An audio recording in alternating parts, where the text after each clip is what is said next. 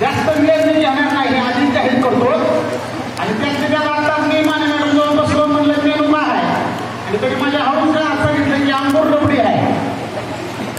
आणि मग हे ऐकल्यानंतर आता माझं सुद्धा भाषण अजिबात चालणार नाही याची गॅरंटी मी पहिल्यांदा सुद्धा सगळ्यांना देतो. कारण काय बोलावं याच्यापेक्षा किती वेळ बोलावं आणि कुठं थांबावं की ज्या वक्त्याला कळतं तोच खरा वक्ता असतो. आणि त्या आवाज म्हणजे आता लक्षात आलं की मी त्या पठडीतला वक्ता आहे. आज ज्या कार्यक्रमाच्या निमित्तानं आपण सर्वजण या ठिकाणी उपस्थित राहिला ते आपल्या सर्वांच्या लाडक्या श्रीमती रेखावती बबन माने यांच्या सेवानिवृत्तीचा हा समारंभ. या समारंभाच्या निमित्तानं त्यांच्या 35 वर्षाच्या कारकिर्दीबद्दल कृतज्ञता व्यक्त करण्यासाठी उपस्थित राहिलेल्या त्यांच्यावर प्रेम करणाऱ्या सर्व त्यांचे नातेवाईक मित्र अपदेष्ट सहकारी मुख्याध्यापक त्याचबरोबर आजच्या कार्यक्रमासाठी आवर्जून उपस्थित राहिलेल्या आजच्या कार्यक्रमाचे अध्यक्ष सन्मान्य केंद्र प्रमुख आदरणीय धनाजीराव जाधव साहेब त्याचबरोबर माजी केंद्र प्रमुख आदरणीय झिलबेल मॅडम सन्मान्य चव्हाण साहेब सर्व त्यांचे सहकारी आणि आपण सर्वजण. मला व्याख्यानाच्या सुरुवातीला आवर्जून तुम्हाला एवढंच म्हणायचं की या सगळ्या व्यासपीठावर सगळी माणसं बसलेली आहेत परंतु मला वाटतं यातला सगळ्यात जास्त ताकद आगाव अभिमान जर आज कुणाच्या हृदयात असेल तर तो त्या शकुंतला माने मॅडमच्या हृदयात असेल. कारण त्या मॅडम माने मॅडमची आई आहे. आणि सगळ्यात पहिली ठिणगी जी पडली की आईनं ठरवलं की माझी मुलगी शिकली पाहिजे ती स्वतःच्या पायावर उभी राहिली पाहिजे. आणि माने मॅडमच्या वडिलांनी आईने हा जो घाट घातला की माझ्या मुलीचं लग्न झाल्यानंतर सुद्धा तिनं पुढे शिकलं पाहिजे आणि त्याला त्यांनी पाठबळ दिलं. आणि आपण जसं मगाशी मॅडम म्हटल्या एखाद्या यशस्वी पुरुषामागे एक स्त्री असते परंतु माने मॅडम बद्दल बोलायचं म्हटलं तर एका यशस्वी स्त्री मागं एक पुरुष होता आणि त्यांचं आदरणीय नाव गंगाधरराव चव्हाण साहेब. आज बापूंची आठवण काढल्याशिवाय हा सोहळा पूर्ण होऊ शकत नाही. आज जर ते असले तर या ठिकाणी आमच्या सगळ्यांच्या आधी तेच इथं आले असते आणि आज या दरवाजावर उभा राहून प्रत्येक माणसाला सन्मान करत त्या ठिकाणी उभे दिसले असते. त्यावर या ठिकाणी म्हणावं वाटतं. म्हणजे यांचा जो काही संघर्ष असेल माने मॅडमने त्यांच्या आयुष्यात केला या संघर्षाचं दुसरं चाक म्हणजे बापू होते. परंतु चांगली माणसं देवाला लवकर तिकडे बोलावं धाडतं असं म्हणतात.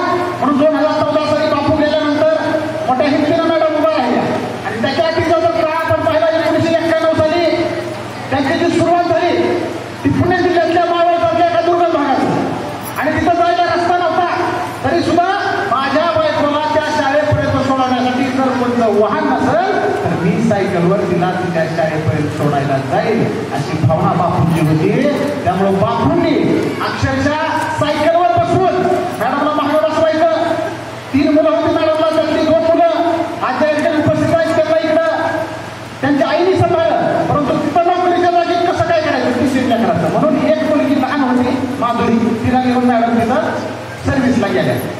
आणि मग ते जी त्यांची सायकल होती बापूची त्याच्या पुढे ते कसलं काय म्हणतात आपण बॅग ठेवतो ती जागा होती तर त्यांच्या मुलीला ते तिथं ठेवायचे मॅडमला मागं बसवायचे आणि त्या शाळेपर्यंत जाऊन सोडायचे.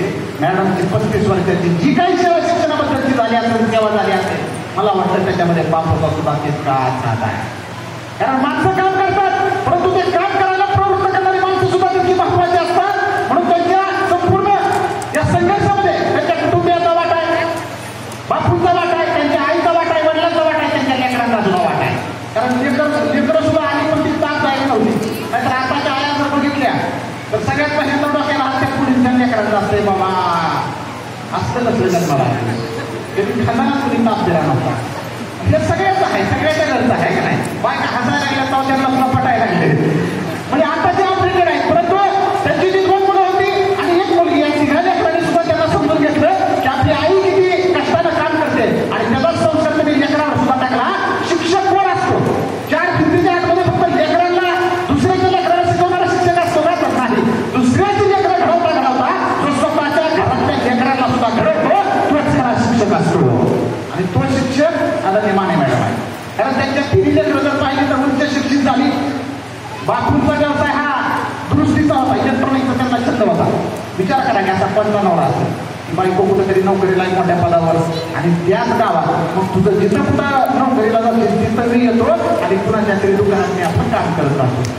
ते असं म्हटलं नाही बायकोनी नोकरीला आहे जेव्हा घरी सिलावून आपण त्यांच्या रक्तातच होतं ते. त्यामुळे इथं सुद्धा तुम्हाला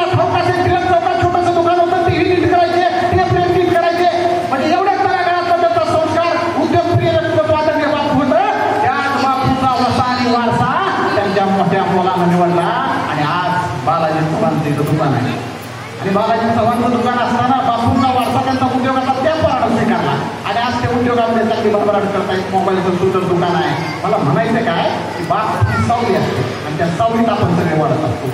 तसंच मॅडम सर्व्हिसला होत्या, शासनाची त्यांची नोकरी. मग आता शासनाची नोकरी म्हणल्यावर त्यांची कोणीतरी पाहिजे की.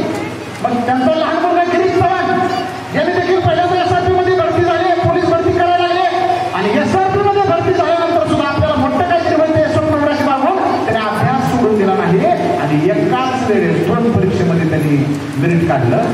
SRP मधून पोलीस सुद्धा PSI म्हणून भरती झाले आणि बाहेर महाराष्ट्र पोलीस दलामध्ये सुद्धा महाराष्ट्र पोलीस म्हणून उपनिरीक्षक मध्ये त्यांची नियुक्ती झाली.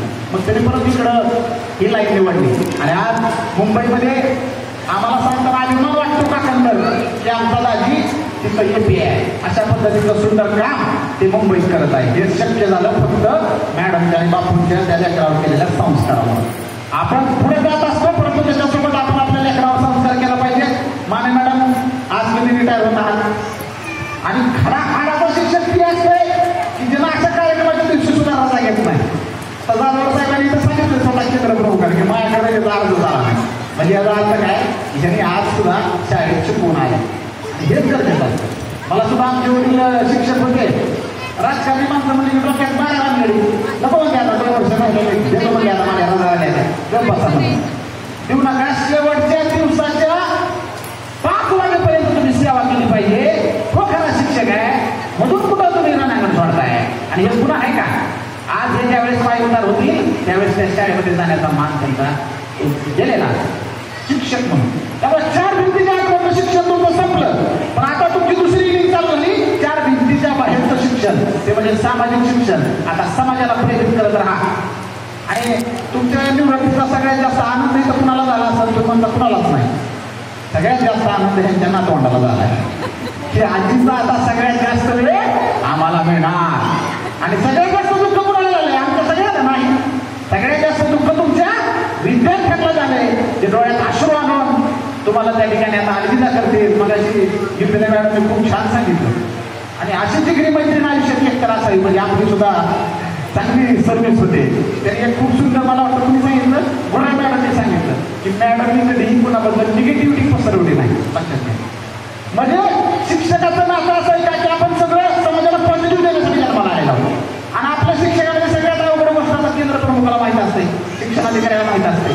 ह्याच्या आणाभागा त्यानं काय केलं ह्यानं काय केलं ह्यांच्यातच बांधलं ह्यांच्यातच ज्यानं असं केलं तसं केलं कामाचं एकामेकावर लाटणं. शिक्षक काय पूर्ण काय शिकणार. त्यामुळे मॅडमचं मोठे पण हे आहे की त्यांनी एक चांगला सुसंस्कृत वर्ग घडवला. आज त्यांचे माझे विद्यार्थी त्यांना भेटतात, त्यांच्याबद्दल खूप कौतुक करतात. त्यावेळेस मला वाटतं की आपल्याला खूप छान वाटतं असं. अनेक वाईट प्रसंग त्यांच्या आयुष्यात आहे.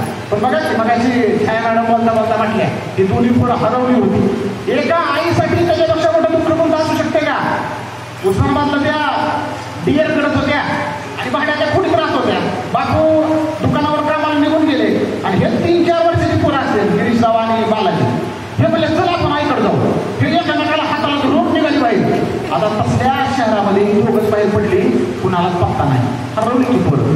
हे स्टँड पैसे MSCBचं ऑफिस होतं. ते MSCBच्या ऑफिसमध्ये एक साहेब होता आणि तिथे एक बॅड होती ती म्हणजे रामलक्ष्मणासाठी जोडे यांची हाताला हात सुद्धा सोडला नाही क्रिया लेकरांनी आणि कुठं चालली ती म्हणजे मी आईकडे चाललो आईला भेटायला. त्या लेकराला माहिती होतं का कुठं आहे आई. हरवली होती ती आणि मग त्या MSCBच्या अधिकाऱ्यानं त्यांना बसवलं बिस्किट दिलं आणि पोलीस स्टेशनला फोन लावला की ही 2 लेकरं कुणाची तरी यायची आणि मग त्यांनी पुन्हा शोधाशोध करून त्यांना सुपूर्द केली. ही गोष्ट ज्यावेळेस त्यांना कळली असेल की 2 पोरं माझी घरी नाही ती काय यातनातला झाल्या असत्या. आणि आज विचार करायचा ज्या पोलीस स्टेशनला त्यांनी फोन लावलाय पोरग चुकलंय आज 30 पोरग त्या पोलीस स्टेशनचा इन्चार्ज झालंय AP आहे. म्हणजे हे सगळं शक्य झालं फक्त ज्यांच्या संस्कारामुळे आणि हे जो संघर्ष केला आयुष्यामध्ये ज्याच्या वाट्याला संघर्ष येत नाही तो आयुष्यात काहीच करू शकत नाही. फिडेल कॅस्ट्रोचं सगळ्यात सुंदर वाक्य आहे की या जगामध्ये सगळ्यात सुंदर शब्द कोणता आहे तर संघर्ष हा जगात सगळ्यात सुंदर शब्द आहे. त्यामुळे तुमच्या कुणाच्याही वाट्याला ज्यावेळेस संघर्ष येतो का त्यावेळेस त्यातून तुम्ही काहीतरी चांगलं घडता लक्षात असू द्या. इथून पुढच्या काळात तुम्ही वेगळा मुलींना शिकवा, मुलींच्या पाठीशी उभा राहा. मुलींचा काळ 10 वर्षापूर्वीचा वेगळा होता, इथून पुढं वेगळा आहे आणि म्हणून तुमची एक मुलगी शिकली तर तुम्ही 4 कुटुंबाचं भलं करता या ठिकाणी लक्षात असू द्या. आज चव्हाण मॅडमचा अजून सेवानिवृत्ती समारंभ आहे. त्यानिमित्त आपण सर्वजण आला आणि मी मगाशी जे पहिलं वाक्य बोललो त्याला जागून मी आटोपत घेतो. मला वाटतं की चांगला विचार केला. खरं तर ही काय करायला पाहुणा होता. बाहेर तसा मोठा लावून जाम तमाम जाम असते, परंतु इथं सुद्धा मी म्हटलं होतं त्याला आमच्या ती उंची आमच्याकडे असते, ती पण काय डिएडच आहे. सासू डिएड आणि सून डिएड. तिच्याकडे आत्माला शिक्षक जागा झाला म्हणजे भया तू एवढं जातो कार्यक्रम झाले तुला आमचाच कार्यक्रम आहे, आपण काहीतरी विचार देऊ की. म्हणजे मी तर कधीच तयार आहे. आणि मग पाहुणेचा फोन आला की आपण व्याख्यान ठेवू. कारण आपण आल्यानंतर फक्त गोडधोड जे काही खाऊन जाताल हे 2.5 तासात पचणार आहे. 2.5 तासात. आणि सकाळी ते तुम्ही टाकून देणार. पण आज या कार्यक्रमाच्या निमित्ताने व्याख्यानाच्या माध्यमातून तुम्ही एक वाक्य जरी डोक्यात ठेवलं तरी मेंदू जोपर्यंत चिठीवर करत नाही तोपर्यंत तुमच्या डोक्यातून जाणार नाही. आणि म्हणून हा गाठ घातला. आणि आपण सर्वांनी या ठिकाणी मॅडमला शुभेच्छा दिल्या. त्याबद्दल त्यांच्या पाहुण्याच्या वतीनं मी त्यांचा पाहुणा ह्या वतीनं आपल्या सर्वांचं मनापासून कौतुक करतो.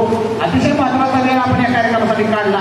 मॅडमचं पुढचं भविष्याचं जी वाटचाल आहे ते अतिशय चांगली आणि आरोग्यदायी जावं आणि आपला जास्तीत जास्त वेळ आता कुटुंबासाठी त्या नातवंडासाठी आणि त्यांच्या जडणघडणीसाठी लागो एवढीच ईश्वरचरणी भगवंताचरणी प्रार्थना करतो आणि या ठिकाणी थांबतो. जय हिंद, जय महाराष्ट्र.